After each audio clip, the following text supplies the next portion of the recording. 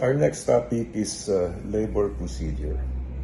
What is labor procedure? Your bar syllabus tells you to master jurisdiction and remedies. Well, these are parts of labor procedure, really. So, labor procedure is simply the means by which the power to hear and resolve labor disputes is conferred, acquired and exercised, resulting in a judgment, including the means by which to challenge such a disposition. So that's the basic concept of labor procedure. And so we shall be covering the following aspects. Number one is jurisdictional rules. Number two is conferment of jurisdiction. Number three is acquisition of jurisdiction. Next is exercise of jurisdiction. Then judgments, appeals, and then enforcement of judgment. So if you know all these aspects, okay, more or less you're ready for labor procedure, especially for jurisdiction and remedies. So let's tackle jurisdictional rules. When a dispute is brought to a particular labor tribunal, just how do we know that that tribunal, office, or agency has the authority, the power, or the competence to hear and to resolve that case? Well, we apply two basic jurisdictional rules, namely the reasonable causal connection rule and the sole reference to labor law rule. The reasonable causal connection rule and the sole reference to labor law rule. The first rule requires you to know the origin of the case or the dispute. Okay? Does the dispute have a reasonable causal connection to employer-employee relationship? In other words, is the origin of the dispute employer-employee relationship? If the origin were some other legal tie, like an independent contractorship, like a civil affair between a creditor and debtor, between a lessor-lessee, between a vendor and vendee, if the affair were a partnership, then the dispute should be brought elsewhere for resolution. It should never be brought to a labor tribunal. So we have to distinguish between several legal ties. Okay, so we should know when employment tie exists. We should know when other ties exist.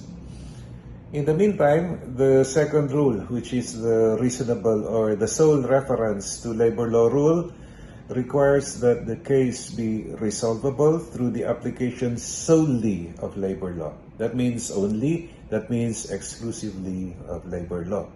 So that if the case were resolvable through the application of other laws, then it's time to entertain bringing the case to court or to some other body for the purpose of resolving it.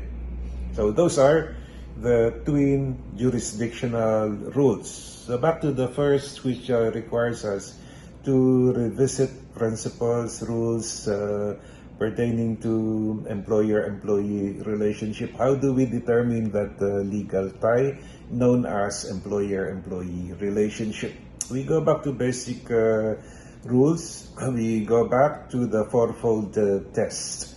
Now, actually, the heart of the fourfold test is the control test. Understand that the fourfold test has four component tests, namely the selection test, the wage test, the dismissal test, and the control test.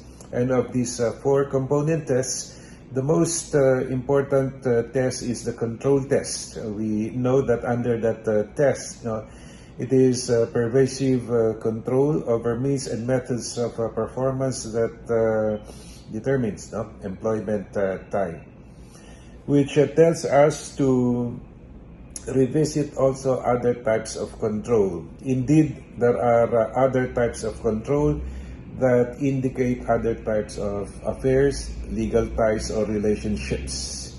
So, again, what determines employment tie is labor law concept of control, which is pervasive control over means and methods of performance, manifested basically by supervision, okay, manifested by plant rules, which called for disciplinary action in the event of breach thereof, and other manifestations of control. Now, we have seen through the years other types of control, like the control detected by the Supreme Court in the old case between ABS-CBN and J. Sonsa was the so-called post-production control. In the case of Orozco versus PDI, the control detected by the Supreme Court was editorial right. In the case of Gregorio Tongo versus Manulife, the type of control seen by the Supreme Court was built-in control in insurance. In the case of Nestle, it was sound business practice. Now, in 2, 3, 4 cases involving churches, the type of control seen by the Supreme Court was church governance. And so we have to be aware of these other types of control, because if any one of them is the type that is in attendance, okay, or that obtains in the problem, then we should be ready to rule out employer-employee relationship, and that is how we know where to bring the dispute. Should it be brought to court? Yes, if the source of the dispute were an independent contractorship, were a civil affair between a creditor and the debtor, a lessor and lessee, a vendor and vendee, or if the source were a partnership. And we have cases now that illustrate these other types of affairs. Now, the basic tests that we employ to detect employment tie